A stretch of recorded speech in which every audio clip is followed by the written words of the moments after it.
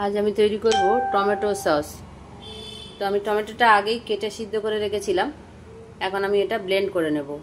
সঙ্গে দিয়ে দেব দুটো শুকনো লঙ্কা। আমি এখন মিক্সিং জারে ঢেলে নেব। অল্প করেই আমাকে দিতে হচ্ছে, কারণ আমার বড় জারটা খারাপ হয়ে গেছে মুখটা, তাই মিডিয়াম জারে করে আমি দেব। ব্লেন্ড করে নিই। তারপরে এই যে ব্লেন্ড করে আমি এইভাবে ছেঁকে নেব। একেবারে যে কড়াতে জাল দেবো সেই কড়া। আমারটা একটু বেশি পাতলা হয়ে গেছে, কেন জানি না। তো আমার স্টিলের ছাঁকনিটাও খুঁজে পাচ্ছি না, প্লাস্টিকের ছাঁকনি করে করে ছাঁকতে হচ্ছে। আস্তে আস্তে ছাঁকি। ছাঁকনিটা আমি এতক্ষণে পেলাম, তখন আমি অনেক সময় নষ্ট হচ্ছিল না। ওই প্লাস্টিকের ছাঁকনি ও তো মুখটা খুব ছোট ছোট, এটাতে কত সুন্দরগুলো নথগুলো বেরিয়ে যাচ্ছে। খুব তাড়াতাড়ি হয়েও যাবে। অনেকটা টাইম আমার নষ্ট হলো ওই ছাঁকাটার জন্যে। যাই হোক, এবার আমার তাড়াতাড়ি হয়ে যাবে।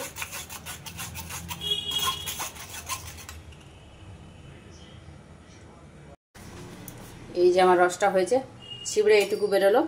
এই যে দানা আর লঙ্কা যা বাটলাম এইটুকু আমি ফেলে দেব। এই যে আর রসটা, এই যে রসটা এতটা রস হয়েছে। এবার আমি জাল দেব আস্তে আস্তে। তেঁতুলটা আমি একটু ভিজিয়ে রেখেছিলাম, তেঁতুলের রস করে নিচ্ছি। ওটা ওই টমেটো সসের মধ্যে দেব। তেঁতুলটা আমি আগে থেকেই ভিজিয়ে রেখেছিলাম, পরে আমি ছেঁকে নেব।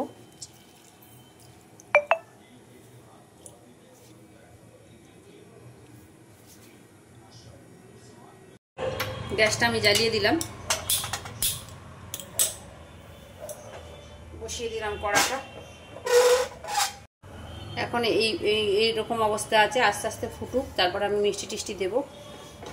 এখন ফুটতে ফুটতে ফুটতে ফুটতে কমে আসবে। এই যে এইভাবে আছে, গরম হোক আস্তে আস্তে। জি, কালারটা এইভাবে হবে, আস্তে আস্তে জাল হবে, যত ফুটবে তত কালারটা বাড়বে। আর কালারটার জন্য আমি একটু দেবো লাল লঙ্কার গুঁড়ো, এটা কাশ্মীরি লঙ্কা। এখন আগে তো ফুটুক ভালো করে, অনবরত নাড়তে হবে। অনেকে পেঁয়াজ রসুন দিয়ে দেয়, তো আমি একদম নিরামিষ করলাম, কারণ পেঁয়াজ রসুন দিয়ে তো টমেটো দিয়ে সব কিছুই তো রান্না হচ্ছে, তাই এটা একটু নিরামিষেই থাক। কোনো কিছু এত নিরামিষের দিনে হয়তো এটা ভালোই খাওয়া যাবে। তো অনেকটাই হবে মনে হচ্ছে। এত যে কি হবে, আমরা দুজনে তো অত কেউ কিছু খাই না। এখন তো মেয়ে আসার সম্ভাবনাও নেই যে তাকে একটু পাঠিয়ে দেব। দেখি যদি অনেকটাই হয় তাহলে একটু দেওরের মেয়েদেরও পাঠিয়ে দিতে পারি।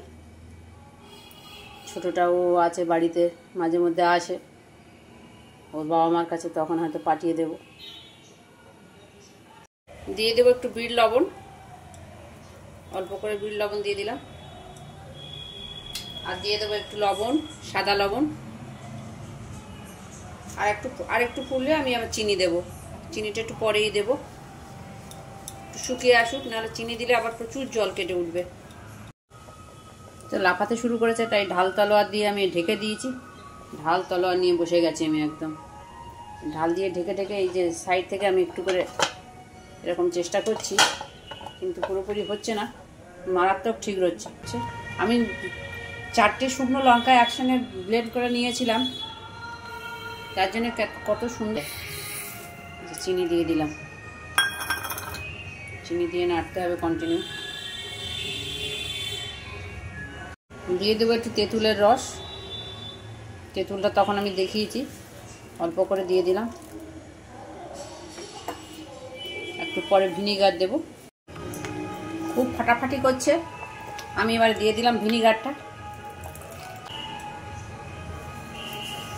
কাঠের খুন্তিটা দিয়ে অসুবিধা হচ্ছিল, তাই যথারীতি আমি আমার খুন্তিতে ফিরে আসলাম। গা লেগে যেটা দিয়ে রেখেছি। তার মাঝে আমি বাসনগুলো ধুয়ে নিয়েছি, আমার সব যত বাসনগুলো ব্যবহার করেছিলাম। যে মিক্সির জারটাও ধুয়ে নিয়েছি। সন্ধ্যা হয়ে গেছে এখন, চতুর্দিকে সন্ধ্যা, অন্ধকার। আমার ছবি আমার কাছেই চলে আসছে। এই অবস্থা এখন এরা খুব লাফালাফি করছে। আমি তো সরে সরে যাচ্ছি বড় খুন্তি নিয়ে। আস্তে আস্তে আস্তে আস্তে একদম গ্যাস সিম করে রেখেছি। আস্তে আস্তে জলটা মরুক, যত জল শুকাবে তত সুন্দর হবে। এই যে এইরকম পরিস্থিতি এসে গেছে, আর একটু হলেই হয়তো হয়ে যাবে। নাড়তে থাকি, অনবরত নাড়তে হবে, নাহলে লাফাচ্ছে খুব।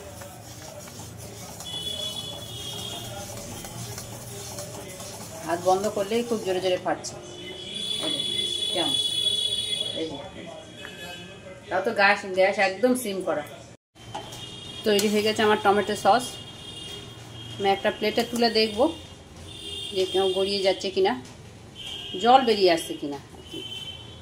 এই যে নিলাম এই জায়গাটা, একদম ঠিক আছে, কোনো জল টল বেরোচ্ছে না। এই যে একদম রেডি টমেটো সস আমার।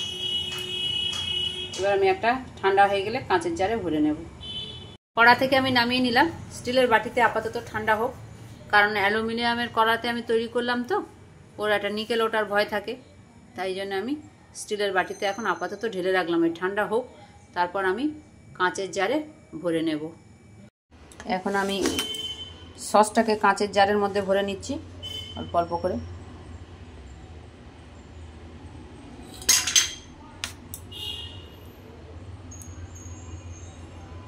এইভাবে আমি সংরক্ষণ করে রাখবো। আর পড়লো একটু, আর একটু করে এই ছোটো ছোটো এতে করে দিয়ে দেবো। একটু দেওরের মেয়ের জন্য একটু দেবো, দেওরের মেয়ে দেওয়ারটাও সবাই খাবে আর কি। একটু করে পাঠিয়ে দিচ্ছি, আজকের কর্তামশাই ওই বাড়িতে যাবে। আর একটাতে একটু বড় জাকে দিয়ে দেবো, উনিও একটু খেয়ে দেখবেন। আমারও সেই রাখার জায়গার অসুবিধা, আর এত রেখে আমি কি করব, তো এত রাখার দরকারও নেই।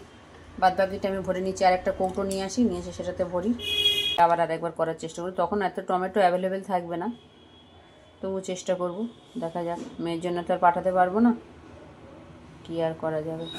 সব জিনিস তার জন্য বললে হবে না, 1 বছর তো অবশ্যই থাকবে না। সবাইকে দিয়ে টিয়েও আমার এতগুলো রয়ে গেল।